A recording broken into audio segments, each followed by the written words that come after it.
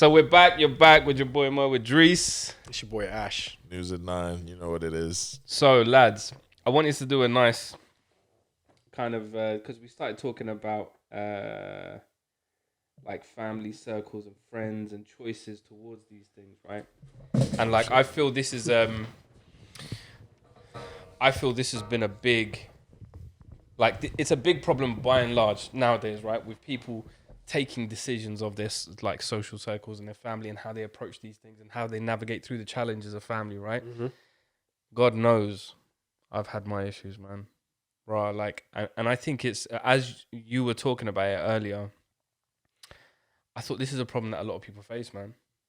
Like, I doubt News does because he just seems to have everything together, right? But I know I do, 100%. Luckily for me, my family ain't as close together as everybody else's, but that's not a bad thing. It's not a good thing either. I wish we were closer, but obviously we are close. We're just not as close as I see some people. So I do feel like sometimes that plays in our favor to a degree. Yeah. Just because you don't have everybody constantly on top of everybody sometimes. Whereas mine's the opposite, right? Yeah, no, I've seen this. That's why I know. This is why I literally said that, because I've seen it work in both ways. And it's funny because I'm a weird person. I would understand why that is annoying. But as a person who doesn't have that sometimes, it's almost like I wouldn't mind being annoyed here and there. It would just be nice to be annoyed. It would be at nice to have a somebody little some now and nuisance. again. Yeah. Do you get what I mean? So it's a bit of both, but I definitely have seen it.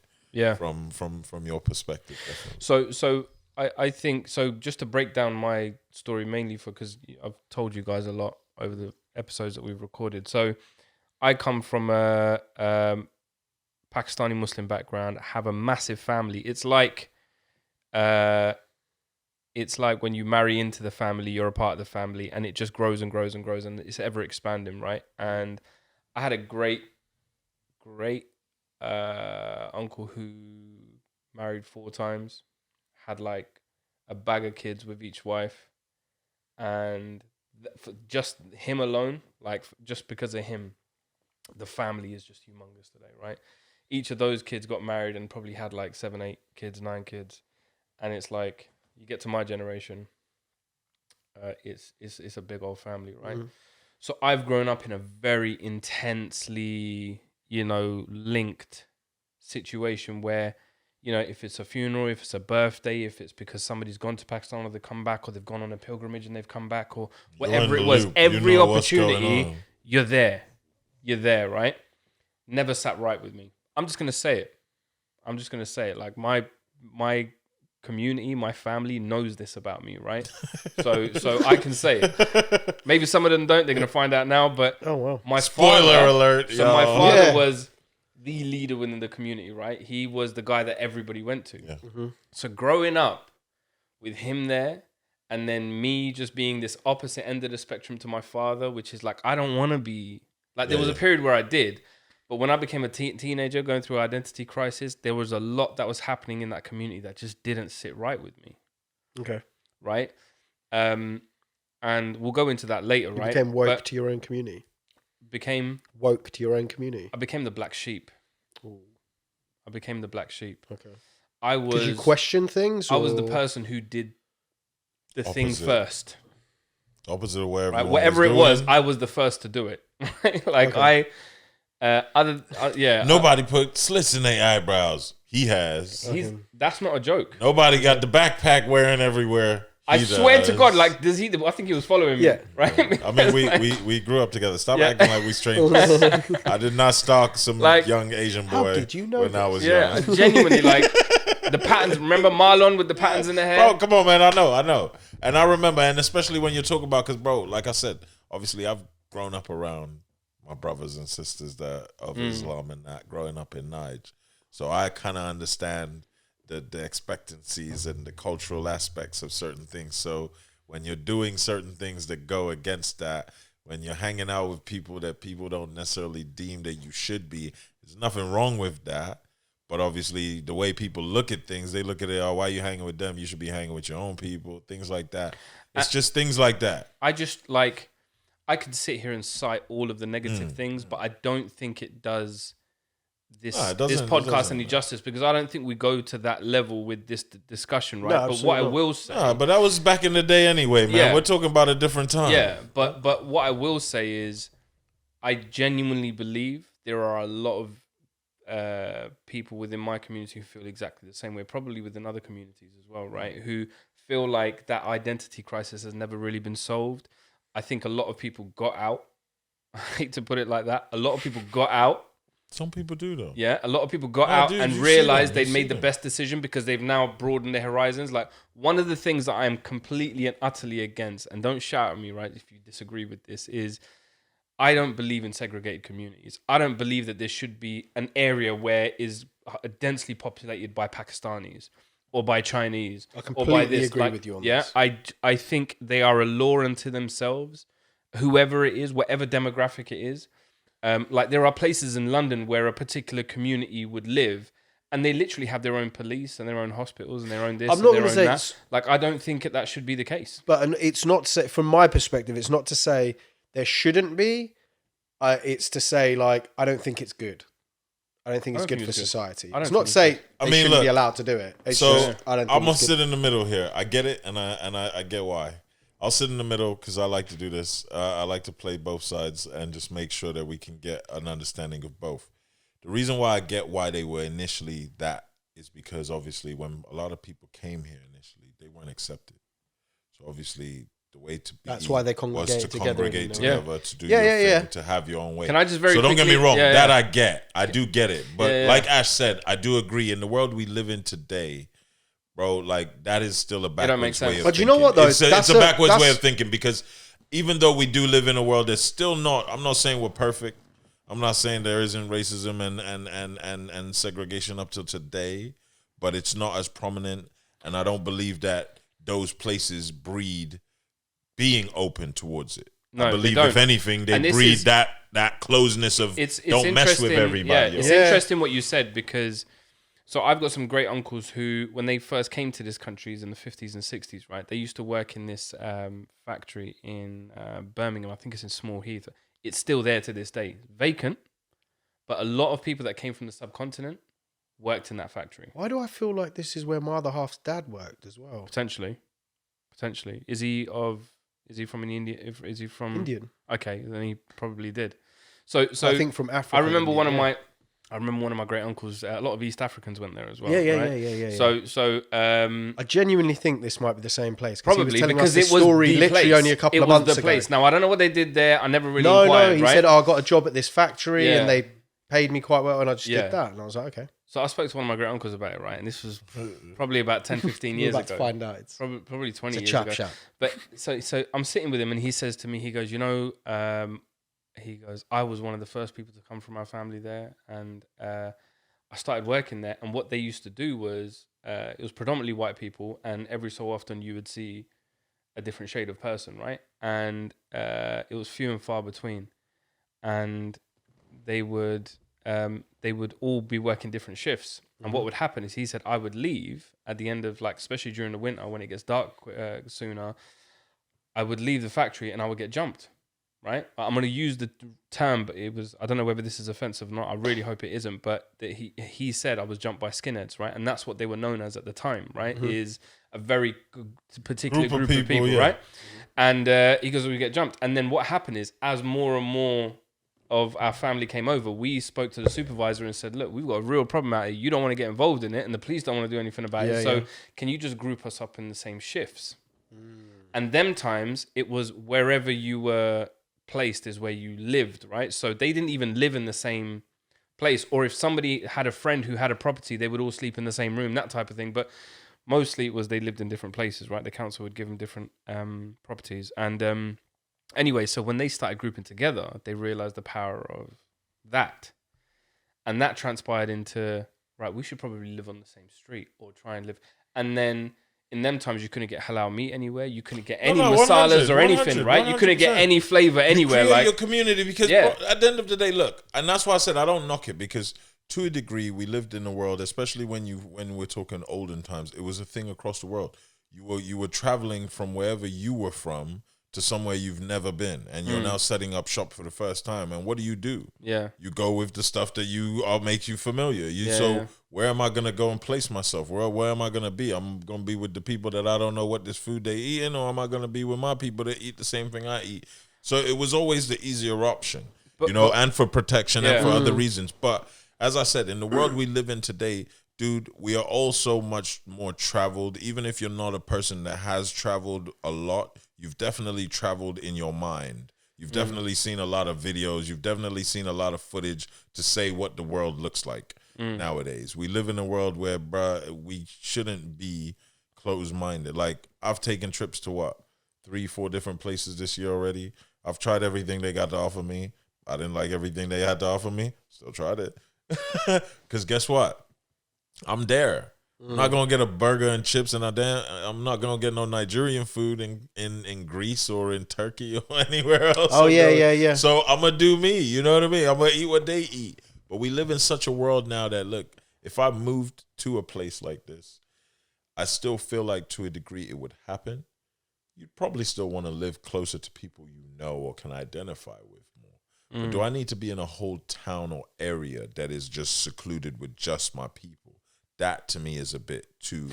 So what's happened in the Pakistani community is if you're from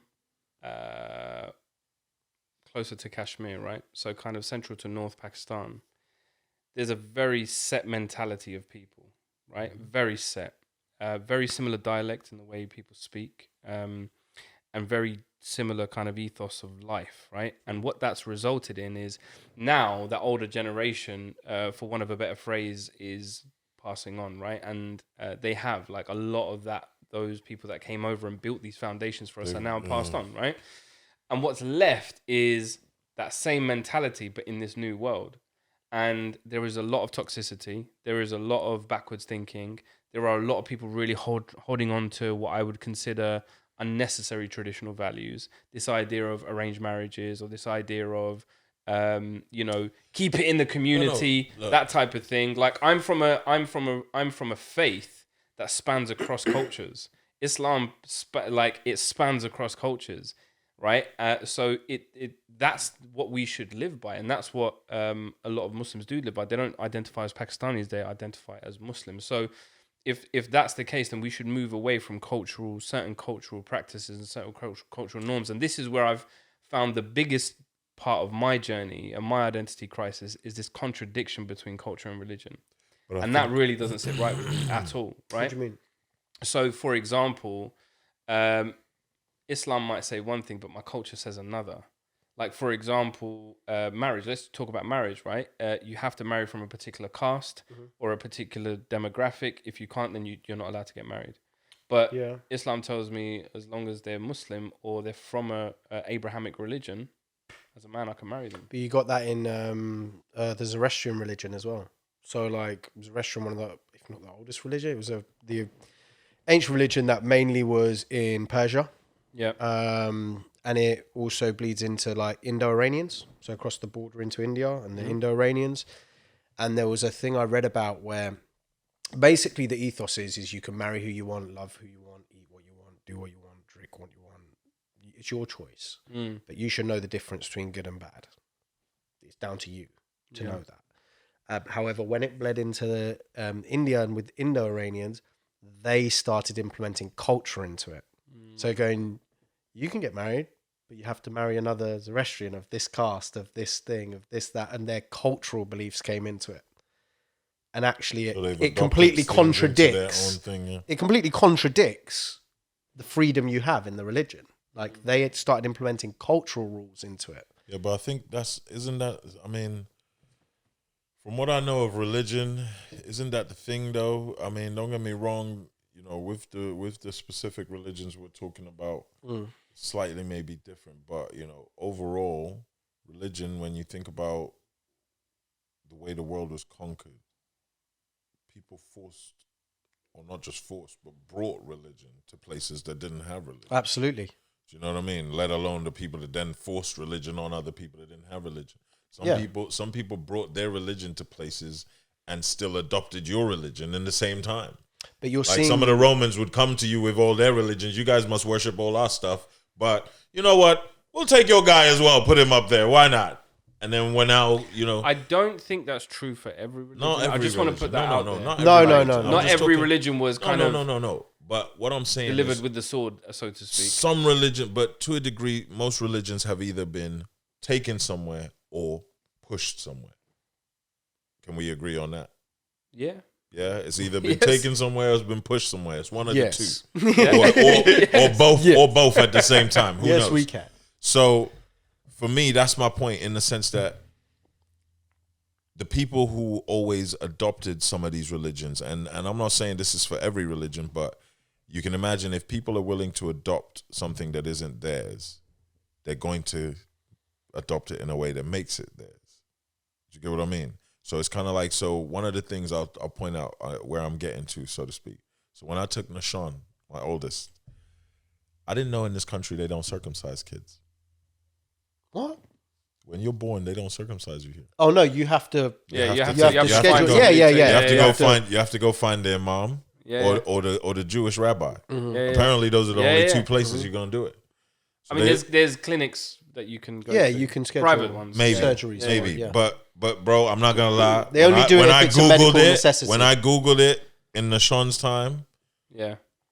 there was only really two places. I was either going to London to meet a rabbi, or I was going to Luton to meet their Yeah, mom. they only do it for It was, medical. it was necessity. literally them two, and I'm like, hold on, but I ain't Muslim and I ain't Jewish, so how is this? Why is this a thing here? Hold on. So I remember going, and I went to the place in Luton, and I remember speaking to the guy, and I said, dude, I thought this was standard practice. Like, I don't ever remember a time like I was brought up into this world, as far as I'm aware, Christian. So, and I've never remembered a time where I wasn't circumcised. That's just a thing African culture we do. We just do it. It's birth, he born, put him away, y'all. He's good. Like, that's just something we do. We don't, it's not thought about. Same in our culture. So it's kind of weird because I'm like, hold on, I gotta pay for this? I thought this was like a sweep up service. This is bro. part of the job. You know, You gotta like, pay. yeah, homeboy popped out. Y'all ain't gonna just trim him up, shape him up, and put him out. She go over here like what's going him the on? skin fade. I Give just him the want to, skin give him the fade over there. Like, so I'm like, yo, okay. But I remember speaking to the guy, and bro, the thing he said is, he goes, a lot of the English Bibles don't have that in there. It's not a thing for them. He said when the Romans came over here, the Romans did not like that. That was not something they were happy with. Circumcision. That was just like, why would we do that? I don't want to do that. So it's not that they wrote it out of the book, but it's not something they specifically look at. They overlook that bit. It's, well, we take the bits that pertain to us.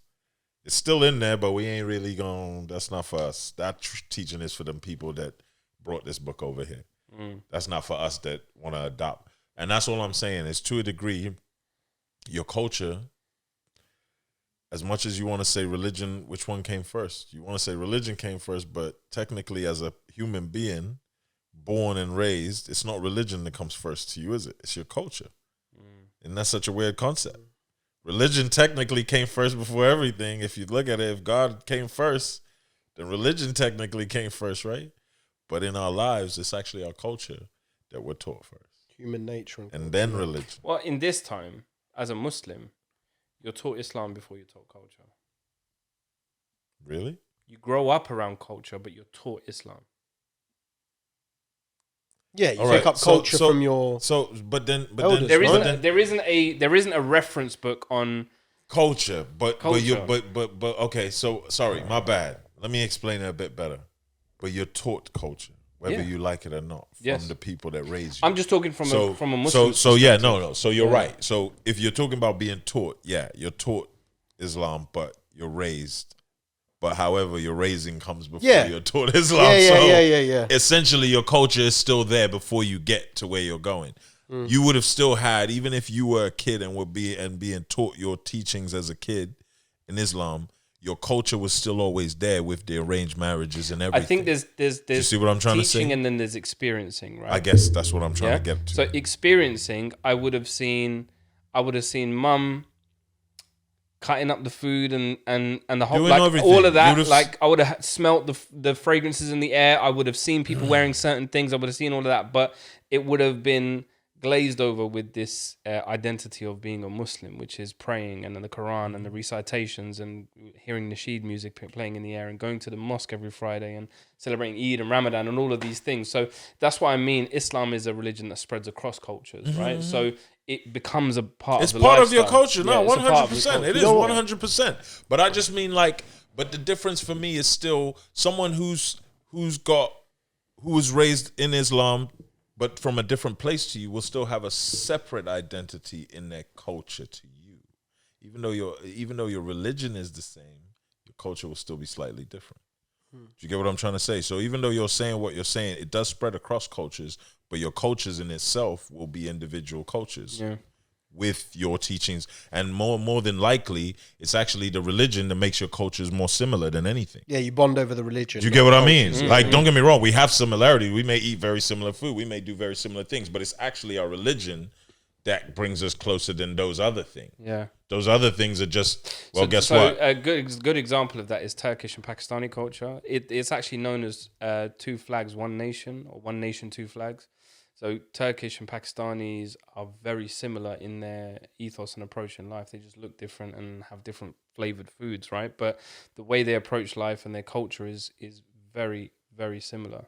And I never knew this until I went to Turkey. And I remember the first taxi I got into, taxi driver goes to me, brother, where are you from? And I was like, from the UK. And he goes, no, where are you from? And I was just like, Pakistan.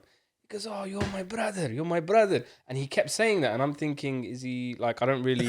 And then the more time that went on, I realized every Turkish person I met, and I told him I was from Pakistan, there was this real sense of, you're one of us. You know, and it was really interesting because look how far apart they are. You know, as countries. I think, and this is the beauty of this. It is the religion, though. Sorry, just No.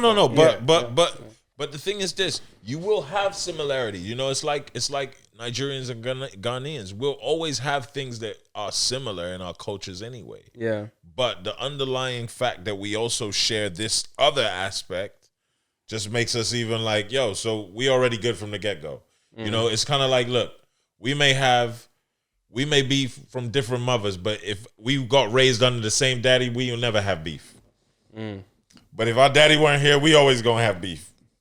Why? Because the person who we have common ground. This guy ain't gonna let us have beef. That's our common ground. Yeah. The minute we don't have that common ground, are you the reason my daddy ain't here no more? Like, there's always gonna be that little thing. You see what I'm trying to say? So it's just, I definitely, and that's what I meant when I was saying the culture. I don't mean you actually get taught your culture, but you're brought up in your culture. So your culture is just something you kind of have in the background before you even know what it is. A lot of us don't even know what culture is until you get older and you're like, oh, you mean all them beatings and all them things and all them food and all that? That's part of the culture I grew up in, huh? Oh, okay, cool. All these things they used to do. Oh, man. This is what I'm about. Okay, this is what my people are about. So even before you know what it is really, you've already been experiencing it. But I would say that's the difference. You know, religion is a set thing. Culture isn't. Culture can change. Religion doesn't. Yeah, 100%. Yeah. You know, but that's also where you were going with the fact that you said growing up in a time where you're still using those old mentalities in a new time. Yeah, it sometimes doesn't. It's not conducive. This is why, like, I find, you know, religion is really, like, I get how it's viewed in this day and age, especially Abrahamic religions. People, I still feel people don't really understand the true essence of those religions and how similar they are in their approach. But I also feel like they're never outdated. They're never outdated. You know, they're always relevant. Faith is something that people will always need in one way, shape, or form. Put Abrahamic religions to the side. However you interpret your faith, I believe faith is a big part of the human experience. You know, when it's all said and done, and things go horribly wrong, even atheists will say, will use the word God. They just will. Like, even if it's subconsciously, like, they just use a phrase, they will reference God. You know, and I just find that that's something that's really deeply rooted within us. It's a part of our epigenetics, right? God has existed from the beginning of time and is in some way, shape or form meant something to everybody, you know, unless you're really diehard. I mean, even if you're a Satanist, right? Where did Satan in order come to from, believe right? Satan, yeah, you gotta believe in God. there's a God. Yeah, 100. Do you know what I mean? No, 100. No, man, I get that. I definitely get that. I would say that I would probably say, look, at the end of the day, the thing is this, yeah, when it comes to religion is a set thing. You can't really, you know, culture, times, things like that, they change. You know, the world is such a weird place because things that you would have said we would have probably deemed not to be good or religiously good. Nowadays, to a degree, some of those things might be kind of a little bit more, we're relaxed with it. Why? Because times have changed and we have had to be. It's not because those things aren't necessarily still the best things for us or not bad for us, but it's within reason. Because of the times, we've had to be a bit more relaxed on that. You can't be as strict with certain things as you were with them before. You can't, you know, even when you talk about kids, you know, the way we were brought up, it doesn't apply to certain, like, man, I can't just go whooping kids' asses like my parents used to whoop my ass. It just, you could, but we all know where. Yeah, exactly. Yeah, we all know who's coming to get me. Yeah, so that's my point. Like the way we grew up, I feel like it's weird, man. It's weird because it's weird. I want to say I feel like because of the way we grow up, we try to do things better, but at the same time, because you have the upbringing you also still have some of that instillment of, you know, we can always go back to this. Yeah. So like I tell my kids, don't get me wrong, I'm sure everybody gonna watch this and go crazy if I say this out loud, but I'm gonna say it anyway. It's my opinion. Like I tell my kids, if they mess around, I'm gonna whoop their ass.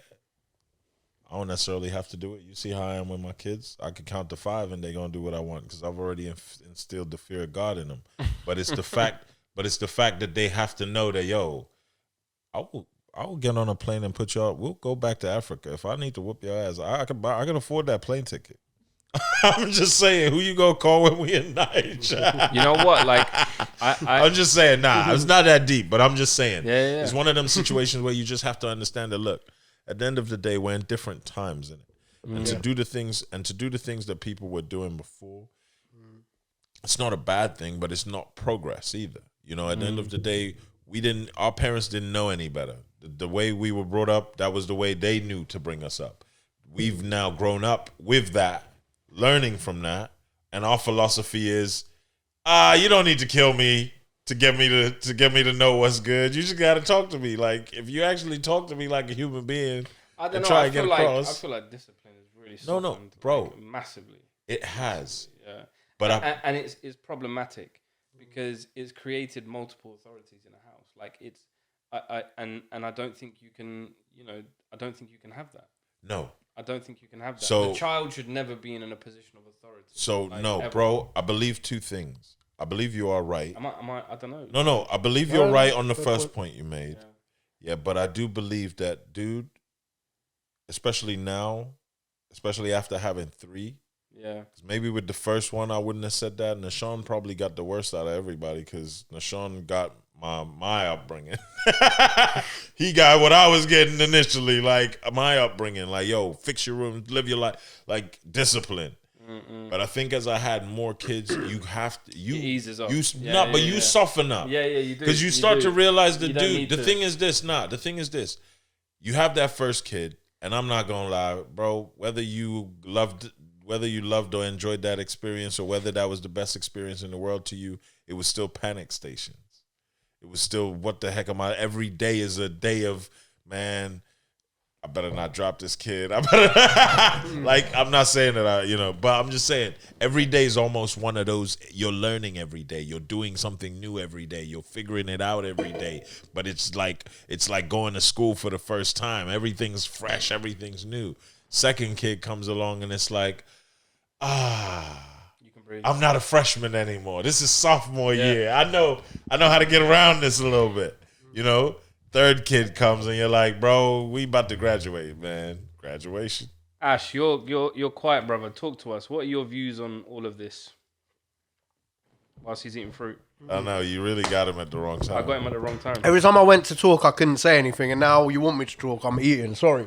I'm sorry, bro. So, nah, bro. To be honest with you, like you guys have hit all the points. My brain's kind of forgotten a lot of the things I wanted to say. So, but I think you guys have touched upon the majority of it. So what's your view on like culture? What sort of culture have you grown up around? Just love in the household. We're a very close family.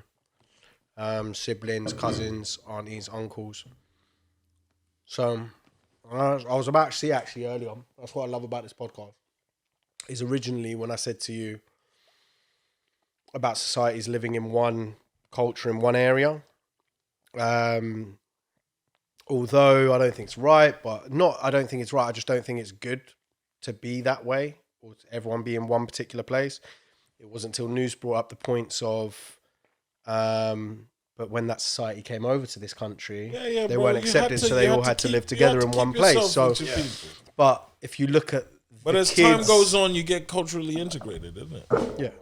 If you look at the kids now of that generation, they're all multicultural. They're marrying different cultures. They're not following that same blueprint. And even, dare I say it, I'd say the strongest culture for that when it comes to marriage is the Muslim community of like marrying another Muslim, same culture, same caste, same this, same that. That's just my honest opinion. From growing up around all cultures, we said earlier, like, you're multicultural. Was that the previous episode or this episode where you were saying you were like a multicultural person? Like, I think that's the beauty of all three of us. All three of us are very multicultural because we've hung around all different cultures, type of people. You can see it from this podcast, us three getting along. But the way I look at it is they're all becoming multicultural, but even in the Muslim community, I'm seeing a lot of Muslims, they are marrying Muslims, but they're not from the same like heritage, the same background. Like I'm seeing people from Indian caste background marrying people from Pakistani backgrounds, but they're similar faiths in Islam, for example. And it's that whole thing of like that similar religion brings those two different cultures together, or like a moment in time, right? So, I've said to my daughter, I'm going to get shot for this. This isn't probably as bad as the graduation. Go on, say it. No, go on. I've said to them I don't want them to marry in the culture if they can help it. Okay. Like, I genuinely, like, for me. So when you say in the culture, what do you mean? Pakistanis. So they got the freedom to marry whoever they want. Faith has to be. Faith. That's the difference. Absolutely. For me, it's like, there's no compromise there. They have to be Muslim, right? They have to be Muslim. What if they weren't, but they were open to it? Then they would have to become Muslim. Okay. That's like good. As long as you weren't shutting that off, that was all I was trying to say. There is zero. As long as they were open, there. But what I mean is, if you met someone and it was like, look, dude, I ain't necessarily the most religious person, but I'm open to it. Yeah. I want to know. I would love to learn more. I'd love to know more. For me, it's important. Would you be like, more interested? The ideal scenario for any Muslim father, right, would be to get an OG that's already to get somebody who's practicing, right? Because I know my daughter's in safe hands then. Yeah. And it's not just about them practicing. I know people who aren't practicing who've got the best hearts and the best characters, and that's important to me as well, right? It's very important to me. But so there's that. But I don't want them marrying in the culture. I just don't. Okay. Like so, I if I could avoid that, I really would. Now, don't get me wrong. I mentioned that to my partner and my mum. They lost a few years ago, yeah, and they lost it. Like, how dare you say something like that? Like, that is just unacceptable. And I get it. Why? What was there? Because to them, that's safe, right? It's safe. Like, what you're getting. Often you hear Pakistanis say, "Whoa, what's going to happen when you have kids?" What do you mean? Well, what does that mean? What's going to happen when you exactly like what do you actually mean by that? Well, you're going to have to. They're going to be living these two different lives. No, they're not. Like, for me, it's important that mum and dad are Muslim, right? So they're going to be following the same faith. Khalas, that's all I need to know, right? Thing, that's all I need to know. Because everything else that stems from that, you already know is pure. Pakistani and the other one is Iranian. That doesn't bother me. Like, that literally doesn't bother me. Because the teachings and the things they were taught will still bring them in line with each other. And again, I want to stress, like, I know it's really important, like, whoever seeks a partner, like, to seek somebody who you feel safe with and who you feel, and however you interpret that is how you interpret that. The way I interpret that for my daughters is somebody who is God-fearing. Do you see what I mean? Like, because that's going to keep them in line of certain values and principles and morals, and keep them grounded. Like, the idea of being God-fearing is knowing that there's a higher power constantly watching you. So that keeps you in check. I can't just be out here doing anything. Yeah, exactly. So these things are important to me, but I love what Ash just said about things changing now, because I'm a massive fan of that. Yeah, so that's where I believe, after what Neus said, that's where I believe, like, actually I was wrong in what I said, and that's what I love about this podcast, is we listen to each other and we can change our opinions. No, but bro, and what do you mean you were wrong in what you said? I was wrong in what I said about I don't agree everyone should live together, because at the end of the day, the next generation are changing that. No, but when I say that, though, you got to understand. The old culture is dying out and the new culture is changing that. They are. Like, if I look at my entire family, grew up in a Persian household where we love each other to death. We ride or die for one another. Aunties, uncles, cousins, my mum had 6 sisters, 1 brother between them, including her. My dad, 6 brothers, 1 sister.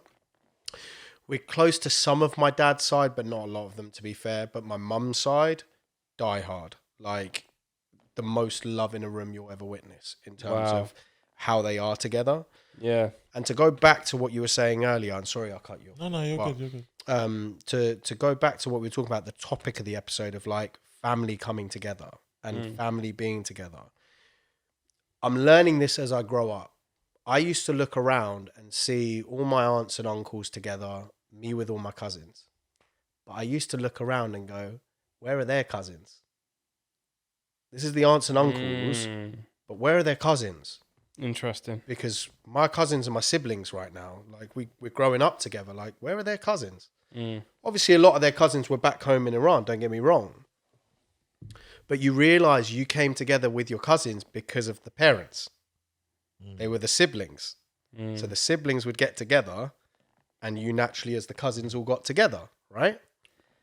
But now, our generation, because our parents had smaller families of children compared to their generation that had large families, we're kind of holding on to our cousins as those siblings as well. And yes, we don't get to see each other, but we all talk regularly. We're all in communication regularly, whether it be social media, WhatsApp, whatever it might be.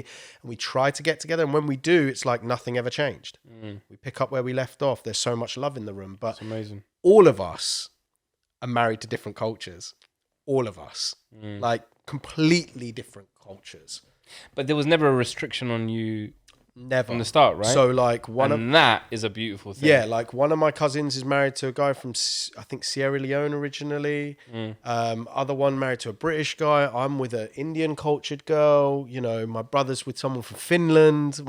There's so many cultures in our family. But the main thing from our parents was we just want our kids to be happy. Like, it's not about culture, it's not about that. We want them to be happy, but at the same time, they had the whole thing of, like, make sure they're respectable, make sure they come from a good family. Like, and I think that's all. And I think that's all it boils down to. Because for me, I would say I guess I have less expectation for my kids because I don't feel like I have one culture.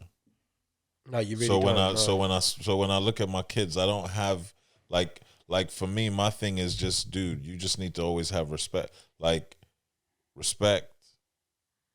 You know, be honest. Be a truthful person. Like, be an example of what you should be. Like, be an example of a human being.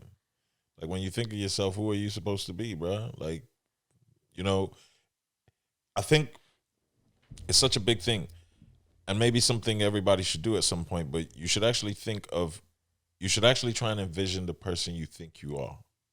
Have you ever done that? Envision the person you think you are. And when I say that, I don't mean that like you think you are like, oh, I'm Superman, I'm a hero, I can fly. No, I mean like in the sense of, what do you think people actually see you as? How do you think people see you? What is your perception of the way people perceive you? Have you ever done that? I've got a really great example. Have you done that? No, I haven't. Because, bro, trust me, like, if you can do that, and if you can analyze it, you'll actually be a better human being for it. Just because at the end of the day, you've got to understand that, look, what do people see me as? Am I a monster? Am I a horrible human being? Like, how is it that people take me? Why is it that that person never engages with me? Why is it that this person always acts a certain way? How do I come across? You've seen my niece with me. I got a niece, yeah, bro. I don't know what I did to this girl. I don't know if I was shouting in her when she was in her mama belly. I don't know. But bro, my niece, I don't pick her up. I don't touch her. She don't let me go near her.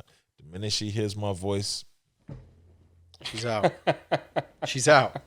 She's only like 1 or 2, bro. But and don't get me wrong, I'm sure that will change over time. I'm not tripping over it. But at this but point what in time, I'm saying is, but right now there is whatever the thing is. He's traumatized. I'm there, just man. I just don't want to know. Wait, I she's don't just I don't wanna no, look, thank you. Like, So- bro, she'll look at me through like peeking fingers, but nah, bro, you don't have access to me right now. Like whatever it is, Barriers are up. there's something going on there. So why? So even for me in that moment, I'm like, I'm not sitting here hating that this girl don't like me, but I'm sitting there going, what is it that she sees that I don't? Because I don't see myself as whatever this girl What's her obviously perception? sees myself. She sees me as like, man, he's loud, he's too much. Oh, I don't want him to look at me. He gonna get me. Whatever that may be. Why? So it's interesting you say that. So there's 2 things I'll say here, right? The first one is there's what you tell yourself based on your experiences with people And that you think people think of you. And then there's the truth. So my internal voice tells me, and it's mainly around the people that I've grown up around, is that they're not too fond of me. Okay. What? Right? The people I grew up around, No, for real. That's crazy. Because My closest friends. hey. no, because I have different faces for different places. We've Right? talked about this as well. Right? So We've talked about I this, have a haven't we? work. Yeah, we spoke about this on the previous podcast. So Yeah. I have a face for work. I have a face around my Multiple brothers. masks of society. Yeah, as I like and to then I call have a it. face Multiple around my masks of community, Yeah. and then I have a face, just different places, right? Yeah, it goes on. The list is endless, to be fair. So my internal dialogue is very self-conscious and like, you're not doing enough, and all of these things, and it's because I have a lot of authoritative and critical people around me in my community. It also goes back to, how we always talk about there was that beacon figure for us. Yeah. It's because that we also, correct me if I'm wrong, because I used to do this. We used to chase the approval. Expectation. The approval. Yeah, we yeah, needed that. So we Yes. were never good enough to We ourselves. spoke about this before. We needed our authority yeah. figures Yeah, to yeah, tell us we were doing good things. Yeah. And then we were like, oh, And they if tell it's me I'm not good, there, I'm good. If it's not there, you're like, what's I'm doing something wrong. what's going I'm on? not living life correctly. Why am I not? And I've had people work for me, right, that are like that. They're constantly seeking reassurance and recognition and some sort of like, and I remember one of my mentors said it to me, right? This was probably about a year before my dad passed away, right? Because my dad was the authority in my life, and we had some challenging times in that relationship, and there were times that I would tell my mentor about. Being my mentor, he had to understand me at a very deep level, right? So I would talk to him about some of those challenges, and then he later became my director in a different role, Oh wow, okay. right? So he knows me intricately, and I should never have taken that role. I should never have been in a position where somebody who knows me at this level is now my direct line manager, right? And one day he did it, and that was the day I decided I don't want to work for him anymore. He knows this, like we spoke about this, right? We were sitting, and he just went off about one of the projects, right? And I said to him, I hear what you're saying, but I disagree with you, and you're never gonna change my opinion. And you need to, it got really heated, right? And I started telling him about, you need to watch how you're speaking, your tone, your this, and this. And he turned around and he said, I'm not your dad, right? Ooh. When he said that, Ooh, that's... No. So when he said that, that's how I probably should have reacted. But it hit me that I'm still holding on to this authority, or this idea of what authority is. And it's affecting me in my other parts of my work. So when he said that, as much as it was a bitter pill to swallow, it really hit home. And I thought, No, I'm saying always in like, that's a hard truth for someone to say to you. It is a really hard truth. Yeah. And I hated him for it. I didn't say it. I hated him for it. But later on, it hit me, and I just let go of that. Completely let go of that, right? But I say all of that to say my internal voice was always questioning myself, doubting myself, until I started introducing. This is linked to your point earlier about who do I have around me. Your friends will really define. Like your friends will. I posted this on Twitter last year. I said your friends will pull you. Which direction do you want to be pulled? You know, so like now I've got people around me who I'm learning off, and I'm able to just be myself around and just be honest and be quirky and geeky and intelligent or whatever, just whatever, right? I'll be every version of me, and that's where I'm best placed. And if I'm in that space, then I don't ever have to worry about being criticized or anything like that because I can just be myself and grow. Yeah. And then we can have conversations like this, and I can make a mistake. Yeah. Like Graduation isn't a classic album. And I might get pulled up for it. But you know what? I might just go back. That's your opinion. But it's your opinion. That's your I might truth. just go back and listen to it and say I was wrong. You were But entitled. I don't to feel it. criticized. I don't feel like But it's I made a big mistake there. Do you know what I mean? No, Like- but it's the importance of an open space. Like, for example, yeah. earlier on, like, this is where I feel comfortable around you guys to say something like that, because other people could interpret what I said. When you said, oh, you've been quiet for a little while, what have you got to say? And I said, earlier I wanted to say stuff and I couldn't say a thing. Yeah. And now other people could interpret that as he wanted to talk, but he had no way to get a word in. That's not what the point of that comment was. The point of that comment is actually that I had so much to say, but the way you guys were going back and forth with what you were saying, I couldn't articulate my point in the middle of what you guys were saying. Yeah, that happened. Because it wasn't, it wouldn't have fit. And the way you guys were talking back and forth when you were talking about that stuff was so deep for me that I was just in a thought of listening. That's what I'm saying. There was so much I wanted to say, but I couldn't say. Because at the time, I just wanted to listen to the back and forth. Because I was enjoying listening to Only that. that And yeah, sometimes the points get made that you want to say anyway. Exactly. You're like, oh yeah, damn. Exactly He got that. it. He got it. But- he got it But already. if I was to think about how people view me, I could say, well, the camera people, we're always going to call them camera people, right? Camera. The camera people could have interpreted that as, oh, he's upset because he couldn't get a voice in there. Yeah. No, that's not the case. But that's the danger of how you interpret yourself. So I love that question of like, have you ever thought about how you interpret yourself? Well, not But even at how the same- you interpret how 'cause- people interpret So you, how for you instance, think yeah. people So take for you. instance, I am apparently deemed the most aggressive person in my office. See, that's wild to me.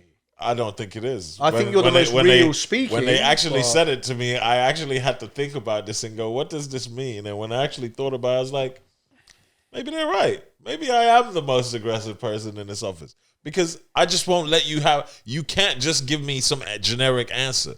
I'm not letting you just get away with murder. Nah, B, we gonna have this out today. You need to tell me the answer. So maybe I am. Doesn't Give me mean the I'm gonna points to fight your you. conversation. Don't get me wrong. Doesn't mean I'm gonna fight you. Doesn't mean I'm ready to bite your head off. But I'm a passionate person, and my passion sometimes comes across in the way I talk or the way I carry myself. And some people might look at that as aggression. Some people might look at that as overexcitement. Some people might look at that as just craziness. Who knows? But I get it. Like, it wasn't like, don't get me wrong. Initially, when they said it, I looked at myself and went, what, is it because I'm the biggest, blackest person in here? But obviously, nah. The biggest, blackest person. Nah, bro. At the time in the office, I am the only my one that's goodness. probably, Yeah, I mean, I am. yeah. So obviously, I'm thinking, hold on, is the word aggressive tied into because I'm the loud big black person in here, or is it because? No, you know what? But no, it's not. It's not. It's not because of it's because of my attitude. But I'm aggressive anyway. But we talked about this. I'm an aggressive person in life. We talked Like about I've it in the other always been episode. that way. I've been the youngest in my family. I've always had to fight and be the loudest and be heard. So I'm always gonna be like that. It's not I don't find it as a characteristic that's a flaw for me. Some people might not like it. You know, I know when I was a kid, I'm sure some kids didn't like me because I was, he always talking too much. But guess what? That's cool. That's me. You know what's funny is that's a comment. So you talked about that in your office, and this is something I've noticed and a perception I've noticed recently, where a few people made the comment of, "Oh, you know what? He loves a story." I'll be talking and about saying who? something. Me just Oh, telling okay. someone about an event that happened or something. that happened. Yeah. Oh, he loves a story, doesn't he? Oh, he loves to talk, doesn't he? And as soon as someone makes a comment like that to me, I'm just like, cool. I know you're not on my wavelength. Yeah. That's fine. Thank you for making it that quickly. But you know what they do? They don't do it in a way of like, oh, you love to talk, don't you? To you. They do it loud to everyone else. Yeah. And that's when you go. So that's why we go back to how people perceive you. I don't think of it too much because I think you can, if you don't have a strong enough mind, it can be a very dangerous thing to delve into. No? Like if you don't have a strong enough mindset. I'm not sitting here saying go paranoid about what people think about you, because that's not because that my so outside of us. I guess my perception. I guess what I was trying to say is not what people think about you, because obviously that can be whatever anybody can think, but how people actually. Have you ever stopped to think how people see you, not what they think about you? Because those can be two different things. Yeah, they can also be tied into each other, but they can be two different things. But in the sense of like, I can think, yo, Taz is a guy, he got it all together, he seems cool enough. But I could perceive him to be arrogant. I could perceive him to be an a-hole. I could perceive him to be, authoritative, he takes his job too seriously. Do you see what I mean? But on a whole, he's actually all right. I would say for me... so it's down to how people perceive you. So like I said, people in the office perceive me as being aggressive. But you wouldn't perceive them that they would perceive you as aggressive. You wouldn't think of them and go, they probably think I'm aggressive. What's weird is when the people who said it, because we had this whole thing. And funny enough, it was a conversation that just started naturally. Everybody got a title. Right. I was Mr. Aggressive of the office. But what's funny is it's when just no, weird. but look, dude, it's so weird. When they said it, but when they said it, they're backwards. No, they're not. They're not. And the reason why I say that is this. Opinion. You're backwards. But check it out. I'm joking. In this setting we're in here, I wouldn't say you would see me as coming aggressive. I mean, I could be loud. I can definitely try and get my point across, but I wouldn't say I'm aggressive with it. But in an environment of work and an environment of the upbringing I have, I was raised by people that, you didn't have, like, and it might sound mad because sometimes I'm going to say stuff, they're going to think I was out here getting raised by, like, horse trainers. No, I wasn't. All right, guys. But what I mean is, like, we were taught to, I was raised in a strict household as a kid. Like, growing up, you had to have your T's crossed and your I's dotted. You can't be out here slacking. Like, my stepmom didn't give us a room to do anything. You mess around, you getting clapped. Like, homework had to be done. Everything, like, you had to be like. So when it comes to certain things, I don't have that filter. I am a process. Like, you've seen what I'm like. I'll walk into my accounts team and crud them all down. But it's not personal. I'm not being personal right now. You guys just didn't do your job. And I'm not going to let you get away with that. So I'm gonna hold you accountable to it. Whether if you don't like it, that's cool. But once I leave this room and I've said my piece, we got no beef. But while I'm here, I got to tell you my piece, because I can't leave here and let you think that y'all did a good job today. No. We need to know where we're at. Everybody needs to know where we're at. And going back, that's the frustration about. He raised a really good point. Like I'm a firm believer of I'm in control of my brand, and if there's one thing I hate, anything around me, is people playing with my brand when I'm not present. Does that make sense? I love the way you said that. Right? I love that. I hate it. It's my biggest pet peeve is if I find out you were talking anything negative about me and I wasn't around for your own enjoyment, you had people chucking along with it and all of that, I've completely lost all respect to you. Another thing is there is gaslighting in the corporate world. And I literally had it happen to me like a couple of weeks ago, maybe a month ago, where I was talking, I'm not going to name it, I was talking very calmly to someone, very calmly, talking to them about an issue. They were a manager and I was talking to them about an issue within their team for them to be aware of. And I saw this person as a close friend. They've always gone, oh, you're my boy, you're one of us, you're one of the brothers, rah, rah, rah, we'll always bring you in. That's when my greatest mentor was around. But he's left the company now. And he was someone who, like the one you mentioned earlier, knows me very intimately, like knows how my head works, but he nurtures it. Like he understands that responsibility of knowing me that deeply and understands where I might react in a certain way to something or someone and people might go, whoa. And they may go to him and be like, why are you even worried about that? That's not, you've perceived it wrong. What he was doing is this. And he'll put them straight. Well, no, he's not that. He's just passionate about what he does. Like if people had the same passion as him, we'd be multimillionaires. Like we'd all be millionaires. And that's That's that approach you take. And this person, I was literally just calmly telling them, like, you got an issue with this and rah, rah, rah. And this person outright turned around to me and went, yo, you need to watch the way you're talking to me right now. And I was literally going like, yeah, at this quietly, because I didn't want anyone to hear it. I was like, there's people who are saying this and I've spoken to the team and this is the team's opinion. Yo, Ash, you need to watch the way you're talking to me right now. What? And he was like, yeah, bro, you need to watch the way you're talking to me. And I was like, bro, what do you even mean? And really quietly still, I was like, what are you talking about? Like, I've spoken to you respect. I've come to you quietly. I'm telling you this as a boy. I'm not telling you this as a colleague. Like, I'm trying to help you out with what you're doing and rah, rah. But the moment he did that, I've lost all respect for him. And before that, I did see him as someone I could trust. The moment he did that, all of his credibility just went, he just threw it up in the air and went, this is what I think about our relationship. I really don't care. And he pulled out a side of him that I relate to an old school mentality there. And he just completely switched me off from that person. I hate that about people, man. Oh, bro, completely switched me off. And the difference is now, and I say it to people, is back when I used to work for this company, it's not about the company. When I was younger, I would never, ever question authority. I wouldn't, because I don't want to rock the boat. I don't want to be seen as the aggressor in the business, the problem maker. I was the same. Right? I was the same. Now, I don't give a what your title is. You can be champion of the world. If I disagree with something you say, I will take you into a private room, regardless of your title, and I'll be like, don't ever talk to me like that in front of people again. Like, ever. And this is why. And their reaction to that conversation will be the difference maker of whether I stay or whether I go. Because I know my value in places, and I know you should know your value as a human being of what you're capable of, what you can bring to the table, and how that's transferable to other places.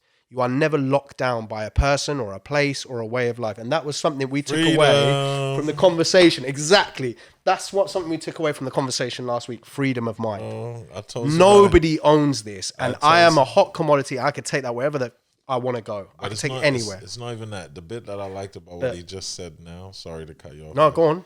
Is if I want to leave, if I want to change, if I want to decide, like, dude, you don't know how powerful that is. Like, bro, I said this to somebody today. We were talking about something, and I was like, look, one day y'all are going to have to just probably start looking after all these difficult nurses because I can't be bothered anymore. And she goes, what, you're going to leave? And I went, I mean, ain't that the plan eventually? What, you think I'm going to be here pushing buttons for the rest of my life? Bro, I used to tell people when I used to be in what do you think? Like, what do you think the plan? But my point was, and then she goes, it's and then so she, true. no, but like, bro, none of you should be listen here forever. to this. Listen to this. But Like, she said to me, she goes to me, oh, so what have you got, like a time? Are you thinking like how soon are you thinking? And I went, love, my life is fluid. That's what I love about my life. There are some things in my life that a day to day must happen. The majority of my life is fluid, B. Like, I don't stress out about the things people stress out about. If I want to drop the ball today and go States tomorrow, bro, I got enough money to make sure my kids' bills are sorted, and I'm good. Yeah. And as long as I got my 2 hands on my 2 feet, then wherever I land, I will be good. So and that's how you two have spoke about this a couple of times. I've avoided it. Yeah, bro. I've avoided it because I feel like on my end it's a much longer conversation. Why? Because in some regards, I feel I won't go into this now. Maybe in another podcast, right? Okay. But just to kind of summarize to a degree is in some regards I don't feel free. I don't. Yeah, but in our conversation, I said to him, I was like, but in these things, I'm not going to go into them, but bigger conversation. I was like, I feel free. I am free. Can I ask something? Can I ask the next episode? We ask that question. Freedom of mind. No. Freedom. Are you happy? Are you happy? Are you free? Are you free? There's elements I really we were talking about, that, but I don't want to just do it an injustice. It needs a whole thing. That's what I'm saying. It needs a whole episode because in that conversation, we were together for hours. No, but that's why I said I even love the fact that he just touched on that because that was just a minor. Even what he said, we didn't have a conversation about what he just said now, but what he said now just kind of doubled back to the conversation we were having, and it was sparked from that conversation, which was essentially like, dude. This is all and bro, I broke it down to Ash very simple. It was like, dude, my only obligation in my life are my kids. It's not my other half.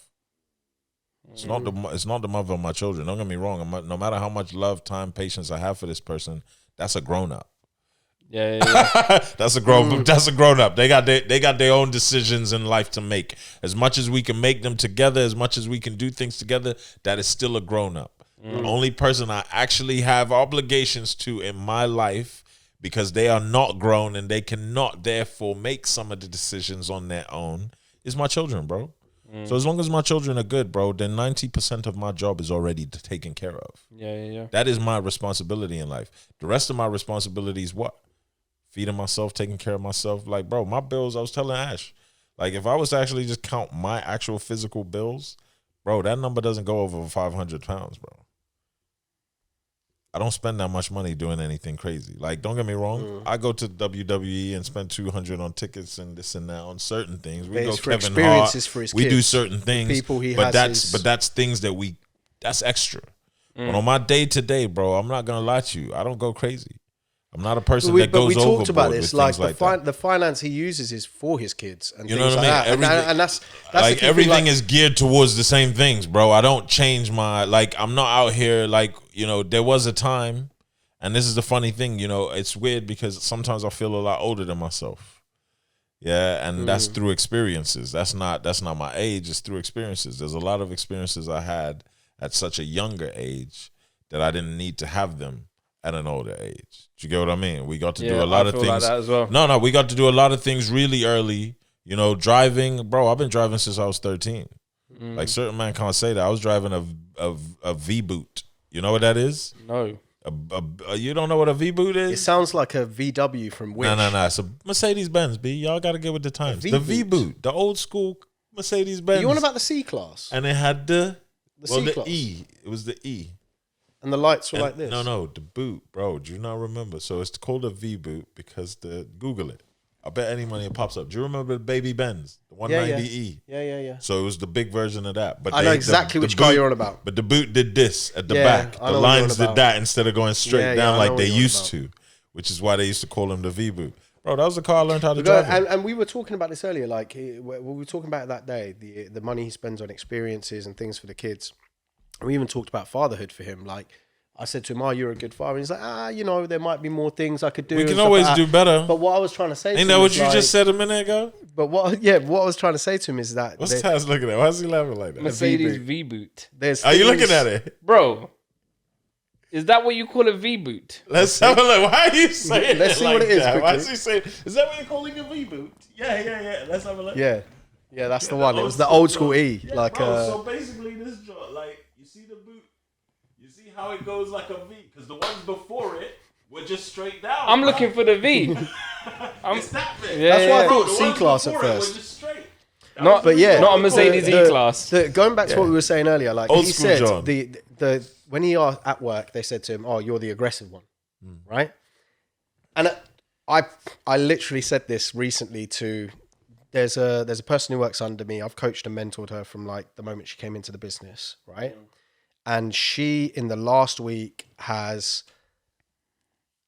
It's like watching a proud parent watch someone like just blossoming, and I'm watching her just like the stuff you're doing is blowing my mind. killing it, Like yeah. the way you're talking to people, communication, the way you're on top of your business is blowing my mind. And I even say it to her because I Don't think you it's feel like in important. that, it's just very quick side note, it refreshes your outlook on things as well It when you watch does. them perform? It does, but she's been doing it since the start and she's Yeah. been taking the opinion on board. And what's funny is I watch other people around me who have negated my opinion or not wanted it. And I don't give, it's fine. If you don't want my time, it's cool. Yeah. But then you watch the people who I have given my time to within this business, they're all pretty successful. They've all done very well. Yeah, People who yeah. have listened to me and taken my opinion on board Yeah. or asked me on my advice regularly, they're all doing pretty well. Yeah. The people when I was in that I brought through kind of new academy and coached and mentored, they're doing pretty well. They're all doing good. However, there's a whole area of our business out in India. And I said to someone recently, like, I genuinely feel like there's a massive area of that side of the company that see me as aggressive or I get frustrated very easily or try and avoid me with bad news and stuff like that. And it might be similar with you. It's like two things. One, don't raise a point around me if you don't expect me to want to question it. Like if you're going to raise a point around me, I'm a talker. I want to ask you about it. If you're going to raise that point, which goes back to our whole thing of people don't want to talk. So it's like, don't raise a point then. Don't raise a point, and then when I question you on it, go, oh, I can't really, like, don't really want to talk about it. And then the other side of it is we're passionate about what we do. He's not just, when he goes, oh, you know, I'm top of what I do at the company I'm in, like nationally. Like I can tell you from someone who's been in this industry for 8+ years, nationally, he's one of the best.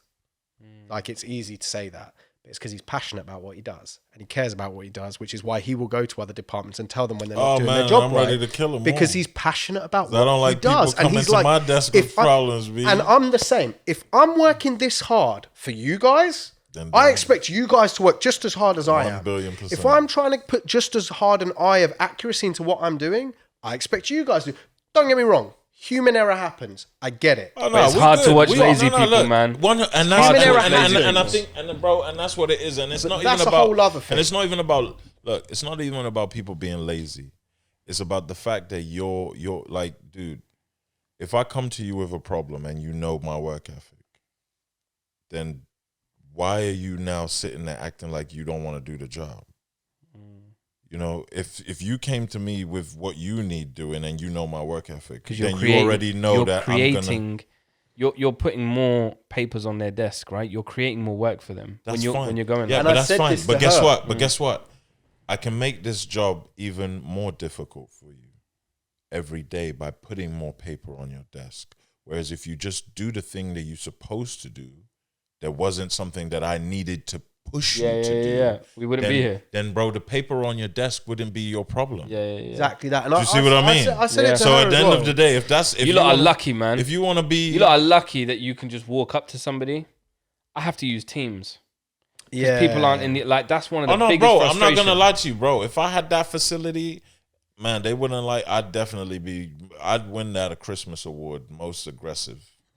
Because, bro, You know if I had to call people I'll tell you on what's Teams, funny. they would all not these like me. all these people that were saying, oh, he's this, he's that. I had people go straight to our director and be like, he's spoken to me like this and rah rah. And then when I get called into a meeting, I justify it. They're like, fair enough. Yeah, that's absolutely fine. I'm like, I can show them the evidence of where that person's repeatedly messed up. And that's why I'm getting frustrated. Yeah. And then they go and have a clear conversation with them about how they're wrong. But the other side of it is when I was in a position where I was part of the responsibility of the money-making machine for these people, they loved me. Why? Because I'm good at what I do. So when I'm there and I'm part of your revenue stream, you love me. But the moment I've moved away from that, I'm actually part of the higher authority of what we're working on. Yeah. Now you dislike me because I'm nitpicking at your errors that are clear human errors that you're repeatedly making. I'm trying to do it to make you better, but you're not getting that. Instead, you carry on doing it and you avoid me. Or you try and affect my brand when I'm not around. Yeah. But you make yourself undeniable in what you're doing so your brand can't be damaged in that sense. But it's having the right people around you. And that's the other thing. So I kept saying to her, and you mentioned about work on the plate above you. Like I said to her, we're working on trying to get her promoted. Well, I'm working on trying to get her promoted and she deserves it. But I said to her, the thing you do so well is when you're in my position, you're going to be twice my position that I was.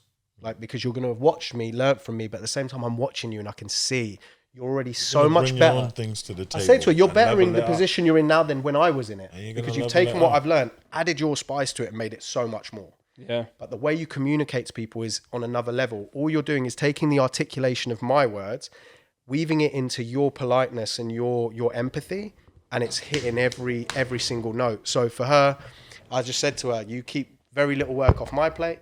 I have to keep very little work off the plate above me. And that's the natural order in what we do. But Yeah, man. I'm sorry, lads. We have to summarize. yeah, We have to summarize because it's coming end of time. But yeah, man.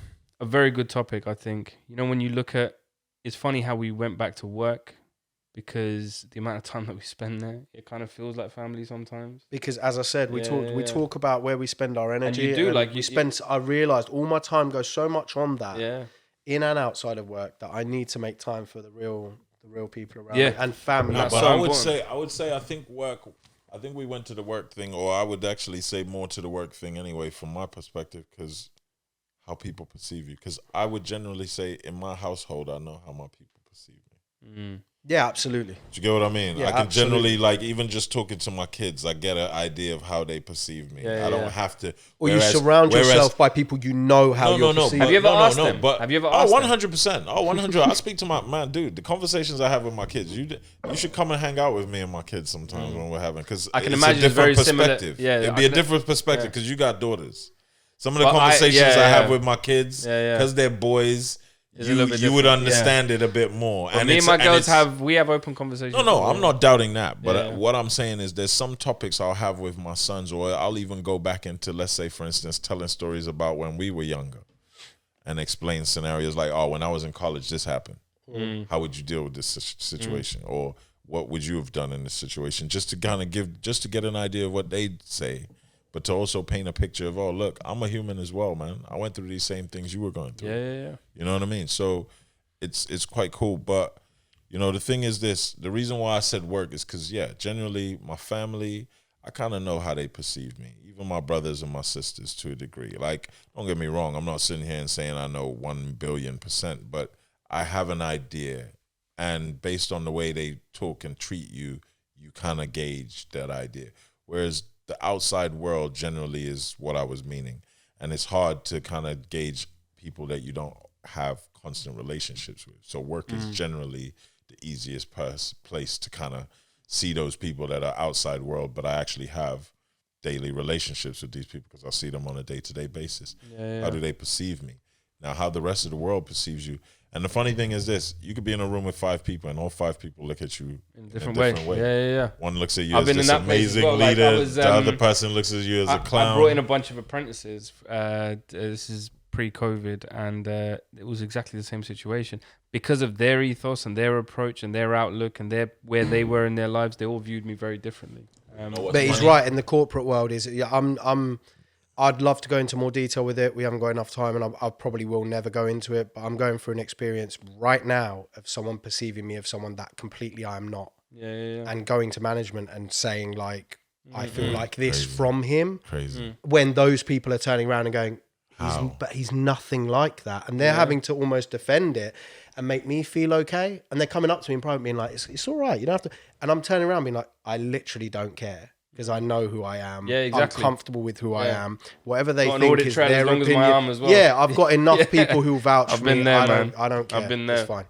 But Yeah. corporate world is where your brand gets damaged without you. It does. Sure, It really that's does. And in society, by and large, But- man, you have people that sabotage, man, and 100. they do it as like a recreational thing. Like there are people who do that, man. Like in the office space or in private life. Some people, what is it? It's in Batman. Some people don't know rhyme or reason. Some people just want to watch the world burn. Yeah, they do, man. Some people just have fun with it. Anyway, But lads, we'll bring it to a close there, man. Another good conversation. And yeah, man, we'll be back for more. Guys, tune in at team_Akhi. like, subscribe, comment. Boom. Jinx. He can't talk no more.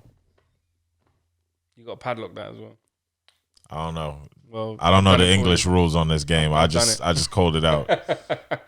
All right, lads. But yeah, guys, I hope you enjoyed. Comment. Let us know what you thought. And until the next time. Peace.